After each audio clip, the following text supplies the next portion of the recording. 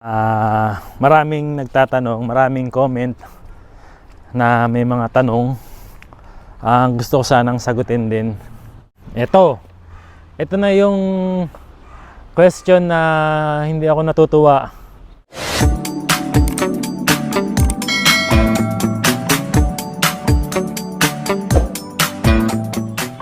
Kaya pala sobrang lamig kagabi at kahapon ulan pala talaga ng snow ngayon.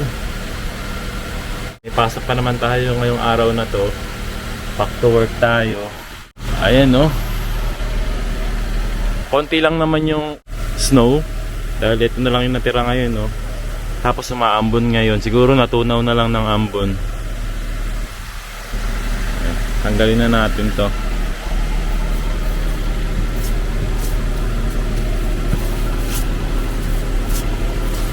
Yan.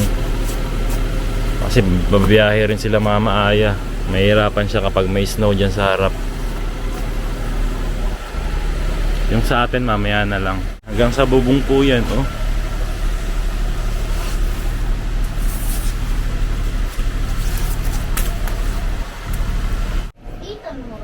Dati baby ka pa.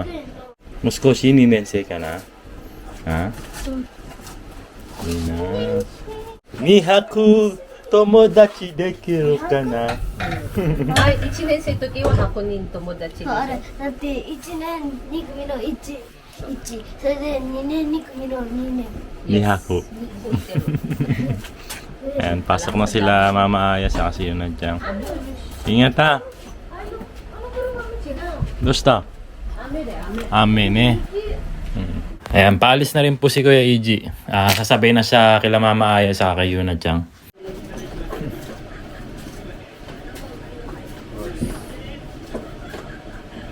Nagsalang na ako ng kamote dito sa may air fryer.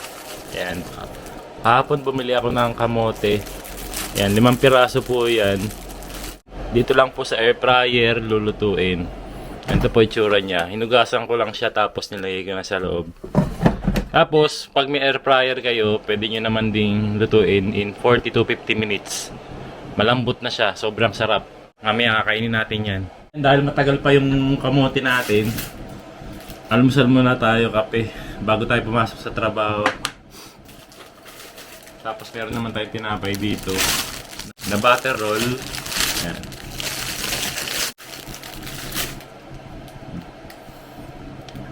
Ganyan yung tsura niya.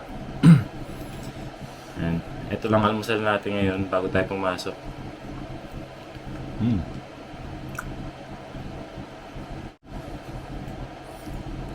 Kailangan natin ang lakas bago pumasok. Si Yuna Chang saka si Kuya Eiji kumakain din naman ng almusal. Si Mama Aya talaga hanggang kape lang ang kaya niya. Hindi kaya ng sigmura niya kumain ng almusal. Ang kain na niya siguro mga 10 AM pagdating niya sa pabrika. Break time nila. Ayan. Ayan, pasok na rin po ako sa trabaho. Maambon pa rin. Pero mamayang tanghali ata mawawala na yung ambon. Araw na tayo mamaya. Mamayang 2 PM. Ayan. Biyahe na muna ako. Mga bago po nating mga subscribers or sa mga nagtatanong po kung ano po yung trabaho ko dito sa Japan. Di bali ang trabaho ko po nasa factory po ako ng mga parts ng mga sasakyan. Kung saan ginagawa ko po nag-assemble ako ng itong parts na to. Yan, parang binubuo ko lang yung parts na yan. Tapos, ang trabaho ko mula rito sa bahay, nasa 10 minutes lang naman po yung biyahe. Malapit lang po. Mas prepared ko talaga yung trabaho na malapit lang sa bahay.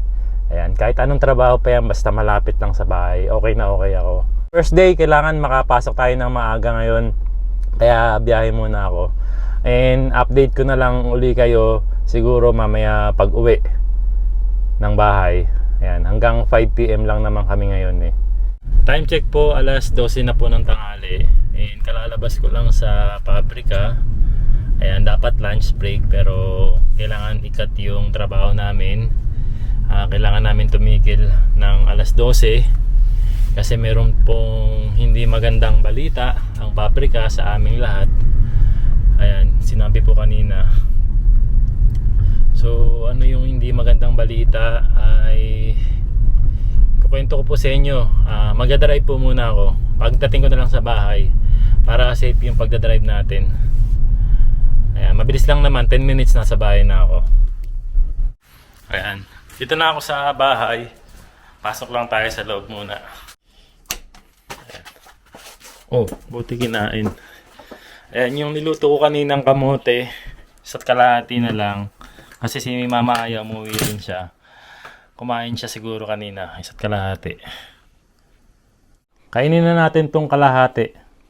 Habang kinukwento ko sa inyo yung naging problema sa pabrika. Ayan. Ba, malambot nga siya.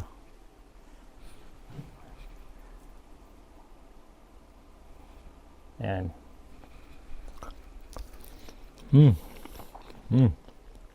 Ang tamis. Sarap. Ayun.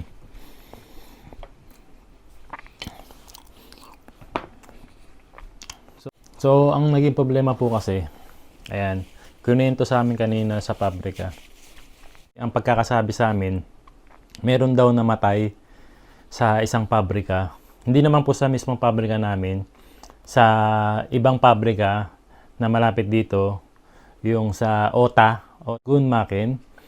And yung company kasi nun is Subaru. So yung Subaru na yun ay isang malaking company dito ng mga sasakyan. And kapag yung company na yun ay nagkaroon ng problema, automatic magiging damay yung aming pabrika. Kasi yung mga ginagawa po namin na parts ng sasakyan ay dinadala rin doon sa malaking company na yun, Subaru. Kaya naman, pag huminto yung pabrika na yun, talagang siguradong hinto yung aming kaisya or yung pabrika namin. Hindi naman po kami tatanggalin sa trabaho or hindi naman po kami hihinto sa trabaho. Ang mangyayari lang sa trabaho ko ngayon, mababawasan kami ng araw ng pasok. Magiging Monday, Wednesday, Friday. So yung Tuesday namin saka yung Thursday namin, wala kaming pasok. Kasi nga hindi masyado kailangan ng tao. And ayaw din naman nilang magtanggal ng tao, syempre. At isa rin ako na ayaw din nilang maalis sana kasi sanay na ako dun sa trabaho na ibinigay nila. Nagagawa ko naman po ng maayos yung trabaho. Kaya ang pakiusap lang nila, pansamantala, magiging Monday, Wednesday, Friday lang yung pasok namin. So, yun lang yung pinagmitingan kanina. So, ang naging reason po kasi talaga is nagkaroon nga po ng problema dun sa Subaru, yung malaking company na yun, na may namatay daw na 60 years old na Japanese na 35 years nang nagtatrabaho sa kanila. Nung sinearch ko kung anong nangyari talaga doon sa Japanese, ayan, ang sabi dito, the incident occurred on the evening of February 13. So, nung February 13 pa po ito. According to Automotive News, a 25-ton molde fell on the worker who didn't stand a chance. So, bumaksak sa kanya yung 25 tons na molde. Ang bigat-bigat po nun. Kaya talagang, ayun, kawawa naman. Kaya naman yung Subaru immediately temporarily suspended production at 3 of its Japanese plants. Ayan, the man was operating a crane alone, using a remote control to lift and move 25-ton molds. One of the molds collapsed, pinning him against another. An autopsy determined that the cause of death was asphyxiation. Ayan, rest in peace po tatay. Sobrang grabe. Nakakalungkot din sa part naming na nabawasan ng trabaho. And siyempre, mas nakakalungkot dun kay tatay na 60 years old na nasawi. Ayan. Hindi natin talaga malalaman kung kailan na-aksidente. Kaya sana mag-ingat po tayong lahat. Kahit ano man yung trabaho natin, mag-ingat pa rin tayo. So, dahil wala tayong trabaho bukas, dahil Thursday bukas, ayan, nag-iisip ako ngayon ng part-time job. Kailangan ko agad ng part-time job. Kasi pag hindi ako nag part-time job, mahihirapan ako. Marami tayong bayarin. Marami tayong gastusin dito sa Japan. Lakad-lakad muna tayo dito sa labas. Mayroon din kasi akong gustong ipakita sa inyo na nagulat ako. Maaga pa para lumabas to pero meron nang lumalabas. Yung park na malapit sa amin.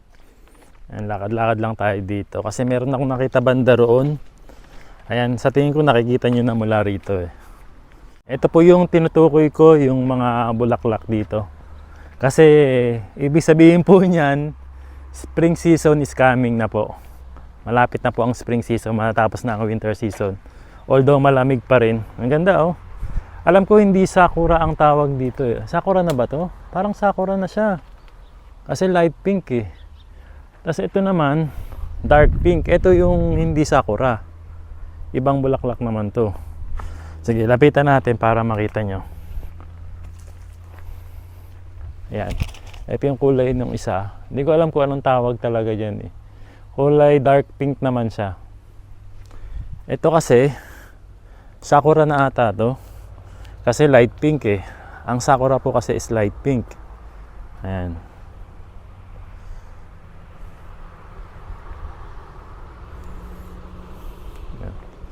Alam ko marami nag-aabang sa inyo na makakita ng ganito eh. Ayan siya.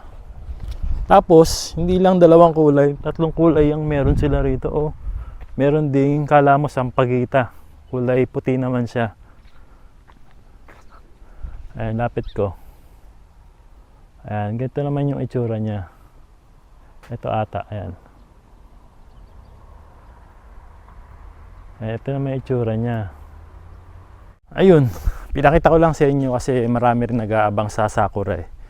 Di bale, may nag-message sa akin, si Dina, kababayan natin dito sa Japan, na nanonood din sa J Pinoy Vlogs.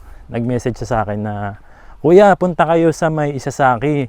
Meron ng full bloom na sakura doon. Ewan ko kung sakura talaga yon, pero sabi ko, sige, nabalak namin puntaan sa Sabado or Linggo kapag wala kaming ibang lakad or hindi uulan. Siyempre kasi magandang tumingin ng mga ganyan kapag maaraw eh. So yun, baka pumunta kami ng Isasaki sa Saturday or sa Sunday itong week na to. 35 minutes lang mula rito sa amin kasi yun. Ayun, salamat Dina, shout out sa iyo. Alam ko lagi ka nanonood eh. Isa rin yan sa tagahanga ng marinated chicken natin, si Dina. Tapos niregaluhan niya ng BTS na laruan si Yuna Chang noon eh. Naalala ko yan, Dina. Salamat ah. Yan, dito muna ako sa may park. Makikipagkwentuhan ako sa inyo. Kasi maraming nagtatanong, maraming comment na may mga tanong. Gusto ko sanang sagutin din. Yung iba nakakatuwa. Yung iba naman nakakabuisit. Oo, siyempre nabubuisit din ako minsan. Pero hindi naman ako nagagalit. Nabubuisit lang. Ayan, gusto ko lang sanang sagutin yung kanilang mga katanungan. Ayan, dito tayo. Upo tayo dito. Ayan, buti na lang talaga. Medyo nawala na yung ambon. Medyo paaraw na yan.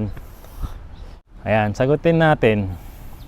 Siyempre, dun muna tayo sa good vibes na tanong or comment. Sabi ni Marlon Diting Angkin, ayan, sabi niya, nakahawig mo na si David Licauco. Ayan. Si David Licauco, alam ko ngayon, sikat ngayon yun eh. Partner ni Barbie Fortesa.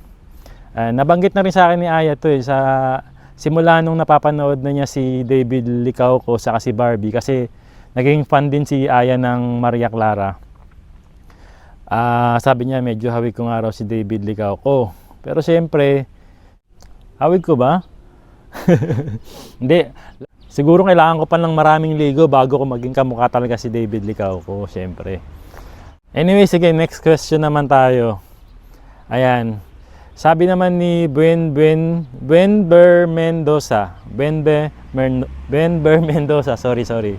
Ayan, bakit hindi po kayo bumili ng sarili nyong bahay sa Pinas? Nakwento namin sa inyo na kumuha kami ng condo unit sa Pilipinas, which is naging dahilan namin dun is for business and para na rin may matuluyan kami if ever na magbabakasyon kami sa Pilipinas. Wala pa naman kaming plano ngayon na bumili ng bahay sa Pilipinas kasi sobrang laki ng maintenance din ng bahay. Alam niyo naman po yan.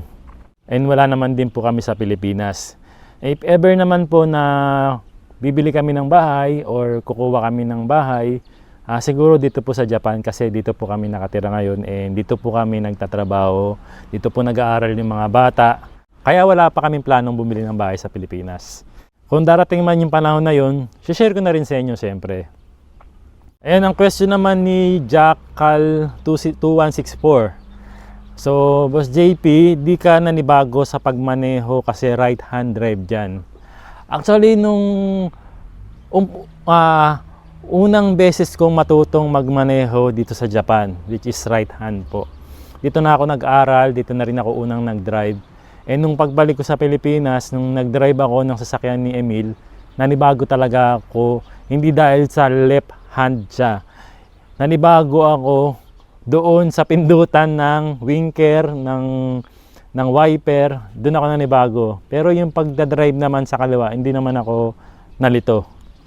Ito na yung question na hindi ako natutuwa kasi natatawa ako. Ayan, basahin ko na. From galing kay Asis9863. Ayan, wala siyang picture. Ayan, ang comment niya, medyo di ka pinipaniwala yung nire-renovate ang bahay. Ekos? Doon sa previous vlogs na slightly pinakita nila parang wala namang construction. Saka kung totoo man yung dahilan nila, parang mas safe kung kayo yung pumasok sa renovation kaysa si Lola lang padadaanin na naka-wheelchair. If that makes any sense, anyway, none of our business. None of our business o none of my business? Ano ba? Ayun.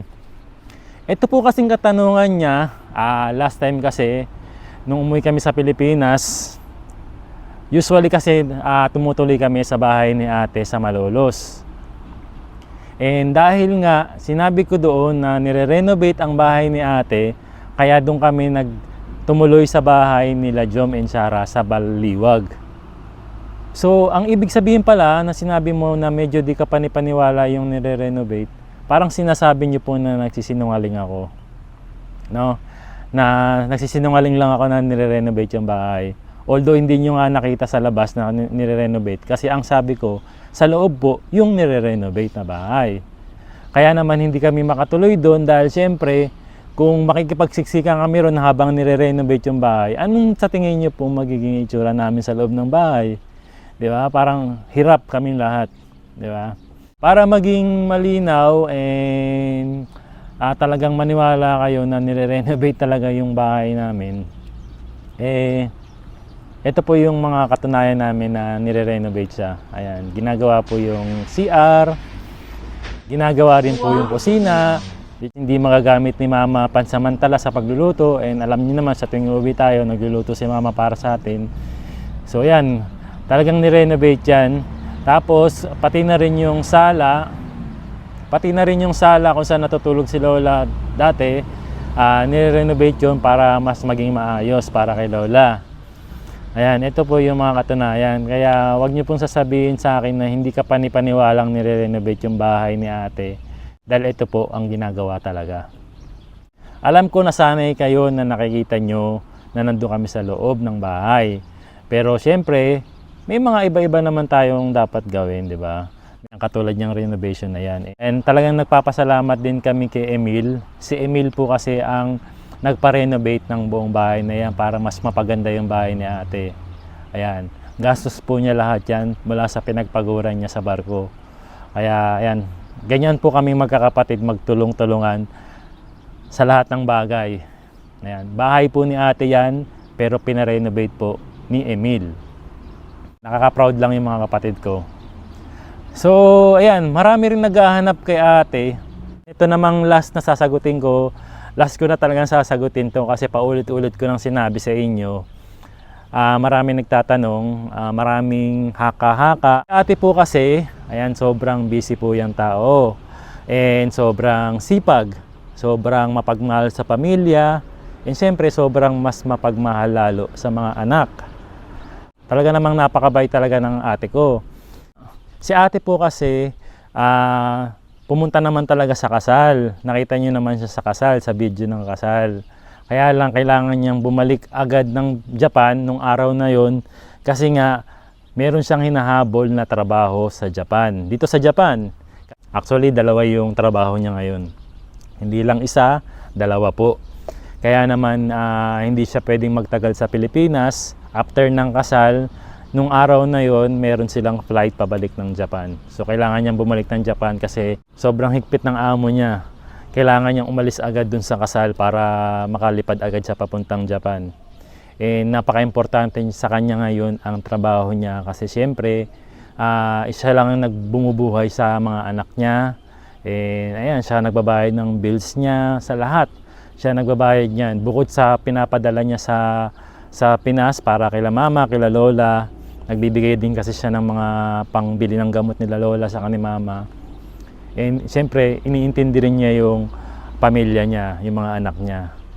Mag-isa lang siyang bumubuhay kasi si ate ay single mother na po. Siya lang ang bumubuhay kaya sobrang proud na proud talaga ako sa kapatid ko na yan. Wala po kayong dapat ipaglalala kay ate. And pansamantalang hindi nyo na talaga muna makikita si ate ngayon sa mga video namin dahil sobrang busy siya sa trabaho niya. Kailangan niyang kumayod. Kahit Sabado, Linggo may trabaho siya. Sabado, Linggo lang din yung wala kaming trabaho. So talagang bihira na kami magkikita talaga ngayon. Siguro kung sakaling makaipon siya and makaalis na siya dun sa higpit dahil sobrang higpit po talaga ng amo niya ngayon, saka na lang kami uli magkikita-kita uli. Kaya wag nyo na po munang hanapin si ate ngayon. Hayaan na lang po muna natin yung time niya para sa sarili niya and para sa pamilya niya. Sobrang mahal na mahal ko ang ate ko and sobrang mahal na mahal din kami ng ate ko.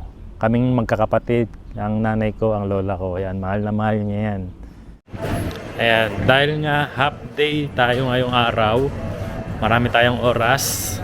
So, nandito ako ngayon sa supermarket. Ako na ang magluluto ng hapunan namin ngayon. So, bibili lang tayo ng pangkarage. Tapos, ayun, meron tayong binili kahapon na pang salad. Ayan, magsasalad tayo ngayong gabi. Para mabawas-bawasan naman yung trabaho ni Aya. Busy-busy na rin siya eh. Marami siyang ginagawa. Sakto nakakita tayo ng sale na pangkarage. From 598 for 78 na lang siya. 20% discount. Bumili rin pala ako ng butter. Naubos na yung butter namin. Saka bumili rin ako ng soya milk.